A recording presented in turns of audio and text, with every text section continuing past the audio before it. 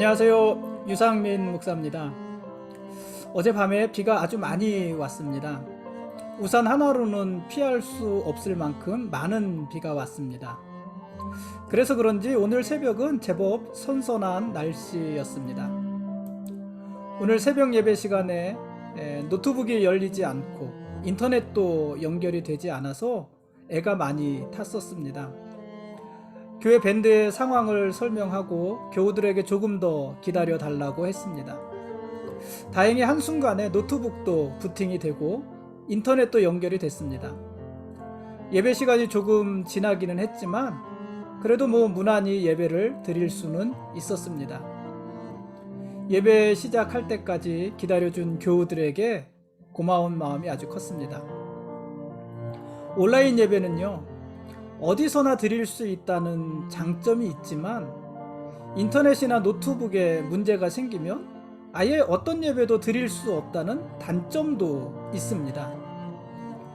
이런 장점과 단점이 너무 극명해서 어느 것에 우선해야 될지, 장점을 봐야 될지 단점을 봐야 될지 참 잘 모를 지경입니다. 물론 단점은 보충하고 또 장점은 더 뭐라고 말해야 될까요? 장점은 더 살려나가고 단점은 더 보충해야 되겠지만 사실 이것이 너무 극명한 거라서 우리 힘으로 보충할 수 없는 그런 단점이 있고 또 우리 힘으로 더 이상 또 어떻게 할 수 없는 그런 장점이 있고 그렇다는 이야기입니다. 어디에 초점을 둬야 되는 것일까요? 이러나 저러나 주의 은혜가 아니고서는 우리는 어떤 예배도 드릴 수 없다는 것이 분명합니다. 그러니 겸손함으로 하나님의 자비를 구할 수밖에 없습니다. 오늘 저녁에는요, 모처럼 라면을 먹었습니다. 아주 오랜만에 먹었습니다. 마트에 가서 총각김치와 배추김치 사다가 반찬으로 먹었습니다. 점심에는 교우 한 분이 교회에 들르면서 아메리카노를 사다 주셔서 아주 잘 마셨습니다. 오늘 책상 서랍 하나를 정리했는데요, 아주 작은 서랍 하나에서 쓰레기가 한 보따리 나왔습니다. 그것을 보니 헛웃음이 나옵니다. 버리지 않으면 쓰레기가 되는 거고요, 아무리 좋은 것도 쓰지 않으면 쓰레기가 되는 것입니다. 평생 그 쓰레기 더미를 안고 살 수는 없는 일 아니겠습니까? 오늘 말씀 보시겠습니다.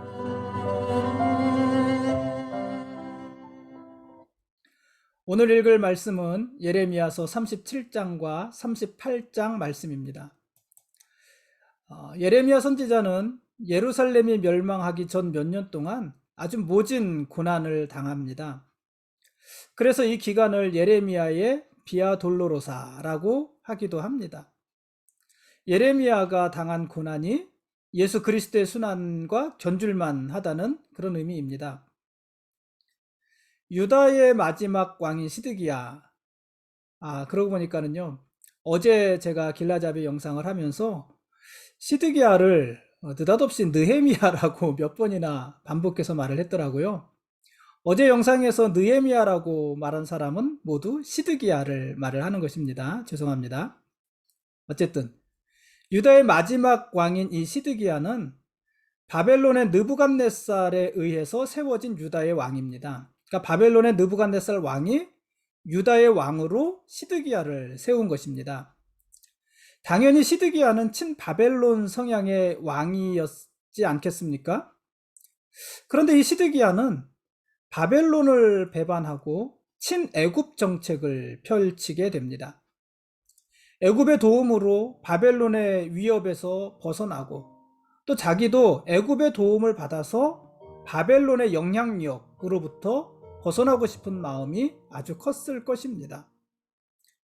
실제로 애굽의 군대의 두려움을 느낀 바벨론이 예루살렘을 떠나는 일들도 있었습니다. 그러니 더 애굽을 의지했겠죠. 그러나 아무리 바벨론이 애굽을 두려워하고 또 바벨론이 유다를 떠났다 하더라도요, 바벨론을 통해서 유다를 심판하시려는 하나님의 계획에는요, 변함이 없으십니다. 그러니 바벨론은 끊임없이 유다를 공격할 것이고 결국에는 예루살렘 성을 함락시킬 것입니다. 이런 상황에서요, 예레미야는 바벨론에 항복하는 것이 하나님의 뜻이라 하는 메시지를 계속해서 선포합니다. 보기에 따라서는 굉장히 반국가적인 메시지 아닙니까? 자기 조국을 부인하는 메시지 아닙니까? 어쨌든 그런 이유로 인해서 예레미야는 체포가 되고 뚜껑을 씌운 웅덩이에 갇히기도 합니다. 시드기야 왕은 웅덩이에서 예레미야를 은밀히 이끌어내어서 하나님의 뜻을 묻기도 합니다. 그때 예레미야는 시드기야 왕이 바벨론의 손에 넘겨질 것을 예언합니다. 예레미야 38장에서도요, 바벨론에 항복하라는 메시지가 계속해서 전해집니다. 바벨론에 항복하면 도시와 성전도 보존되고 백성들의 생명도 지킬 수 있을 것입니다. 예레미야 선지자는 그 메시지 때문에 자기 생명이 위협을 받지만 자기 생명이 위협을 받는 순간에도 하나님의 말씀을 철회하거나 자기 마음대로 왜곡하지 않았습니다. 바벨론에 항복할 것을 주장하는 이 예레미야와 바벨론에 항전할 것을 주장하는 고관들의 의견이 계속해서 충돌했습니다.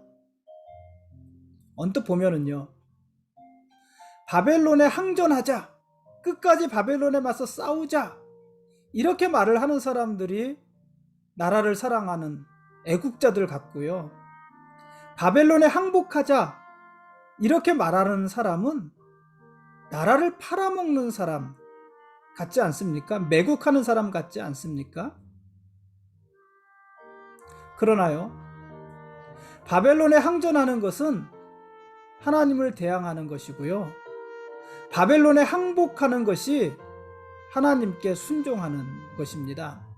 이건 애국의 문제가 아니라 하나님 말씀에 순종할 것인가, 하나님의 뜻을 거역할 것인가, 그 문제인 것입니다. 왜냐하면 유다가 바벨론에 멸망하는 것, 그게 하나님의 뜻이고 하나님은 그렇게 유다의 죄를 심판하시는 것이기 때문에 그렇습니다. 유다가 괜히 바벨론에 멸망하는 것이 아니라 유다가 너무 많은 죄를 하나님께 지었고 그 죄에 대해서 하나님이 유다를 심판하시는데 바벨론을 통해서 심판하신다는 거예요. 예레미야 선지자의 말은 그 하나님의 심판을 인정하고 받아들이라는 것입니다. 그러니 항복하는 것이 하나님께 순종하는 것이고, 항전하자는 것은 애국하자는 것이 아니라 하나님의 뜻을 인정할 수 없다, 하나님의 심판을 받아들일 수 없다. 그래서 하나님 앞에까지도 하나님을 향해서마저도 대항한다, 이런 의미인 것입니다.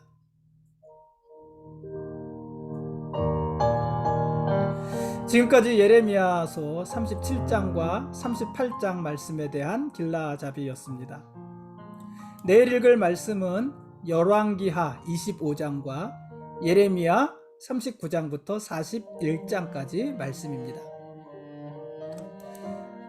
시드기야와 유다의 고관과 백성들에게는요, 어떤 확신 같은 것이 있었습니다. 어떤 확신이었을까요? 유다는 망하지 않을 것이라는 확신입니다. 예루살렘 성을 포위한 바벨론 사람들은 예루살렘 성을 결코 점령할 수 없고 예루살렘 성을 점령하지 못한 채 그들은 돌아갈 것이라는 확신입니다. 이것이 유다 사람들이 가지고 있는 확신, 믿음이었습니다. 실제로요, 그런 일들도 있었어요. 예레미야 37장 11절에 보면 이런 기록이 있지 않습니까? 갈대아인의 군대가 바로의 군대를 두려워하여 예루살렘에서 떠나매. 여기서 갈대아인의 군대는 바벨론 군대를 말하고요, 바로의 군대는 애굽의 군대를 말을 합니다. 그러니 갈대아인의 군대가 바로의 군대를 두려워하여 예루살렘에서 떠났다는 말은 바벨론의 군대가 애굽의 군대가 무서워서 예루살렘을 떠났다. 이런 말이에요. 유다를 돕기 위해서 애굽의 군대가 출전하자 거기에 두려움을 느낀 바벨론 군대가 도망을 갔다는 것입니다. 이런 일이 실제로 있었던 것이에요. 이런 일이 있으니 유다 백성들의 믿음은 더욱더 견고해졌습니다. 유다는 망하지 않을 것입니다. 바벨론은 물러갈 것입니다. 애굽이 유다를 도와줄 것입니다. 이것이 시드기야와 유다의 고관과 백성들이 가지고 있는 확신, 그들이 가지고 있는 믿음이었습니다. 그러나 이들의 믿음은요, 다 거짓입니다. 바벨론은 결코 예루살렘을 떠나지 않을 것입니다. 바벨론은 예루살렘 성을 점령할 것입니다. 바벨론의 군대는 예루살렘의 성과 성전을 다 허물어 버릴 것입니다. 그리고 유다의 백성들을 바벨론으로 끌고 갈 것입니다. 여기에 대해서 예레미야 37장 9절은 이렇게 말을 합니다. 여호와께서 이와 같이 말씀하시니라. 너희는 스스로 속여 말하기를 갈대아인이 반드시 우리를 떠나리라 하지 말라. 그들이 떠나지 아니하리라. 여러분, 유다 백성들의 믿음은요, 헛된 믿음입니다. 그 믿음은 하나님과 관계없는 믿음입니다. 그 믿음은 스스로를 속이는 믿음이고 하나님을 기만하는 믿음입니다. 여러분, 믿음, 뭐를 믿는 게 믿음일까요? 믿음은 자기가 믿고 싶은 것을 믿는 것이 아닙니다. 자기가 믿고 싶은 대로 믿는 것이 아닙니다. 믿음은요, 하나님이 말씀하신 대로 믿는 것입니다. 하나님의 말씀을 겸손히 듣고 하나님이 무엇을 말씀하시든지 인정하고 받아들이는 것이 믿음입니다. 하나님이 바벨론에 항복하라고 하시면 그것이 자기들 신념에 맞지 않아도 받아들이는 것, 그게 믿음입니다. 내가 믿고 싶은 대로 믿는 것이 아니라 하나님이 말씀하신 대로 그 말씀이 이루어질 것을 믿는 것이 믿음이에요. 시드기야와 유다의 고관들과 유다의 백성들에게는 그런 믿음이 없었던 것입니다. 시드기야는요, 거듭해서 예레미야 선지자를 부릅니다. 그리고 하나님의 뜻을 묻습니다. 하나님이 뭐라고 말씀하십니까? 하나님이 뭐라고 말씀하십니까? 예레미야 선지자에게 계속해서 묻습니다. 언뜻 보면 시드기야가 하나님의 말씀을 듣고 싶어 하는 것 같습니다. 그러나 그렇지 않습니다. 사실 시드기야는 예레미야 선지자가 자기가 듣고 싶은 말을 해주기를 기대하고 있는 것입니다. 내가 듣고 싶은 말은 이러이러해. 그래, 그 말을 해달라는 거예요.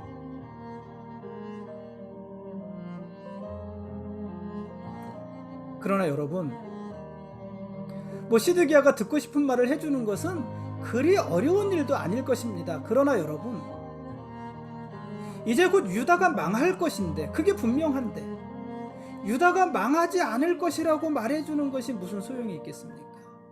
그렇지 않습니까? 이제 곧 유다는 망할 것이고 예루살렘 성은 무너질 것이고 예루살렘 성전도 무너질 것이고 예루살렘의 왕과 백성들이 다 포로가 돼서 바벨론으로 끌려갈 것인데, 그 일이 이제 곧 있을 것인데 그럴 일은 없습니다. 이렇게 말해주는 것이 무슨 의미가 있겠습니까? 듣고 싶은 말을 듣는 것은요, 잠깐 마음의 평안을 줄 수 있습니다. 그러나 그런 평안은 모두 속이는 평안이고 위장된 평안인 것입니다. 진짜 평안이 아닌 것입니다. 그러므로 여러분, 우리는요, 듣고 싶은 말이 아니라 들어야 할 말을 들어야 합니다. 그리고 그 말에 순종해야 합니다. 그래야 모두 살 수 있는 것입니다. 오늘은 여기까지 하겠습니다. 우리를 심판하기도 하시고 구원하기도 하시는 하나님이 우리의 왕이십니다. 그리고 우리는 그분의 거룩한 백성들입니다. 고맙습니다.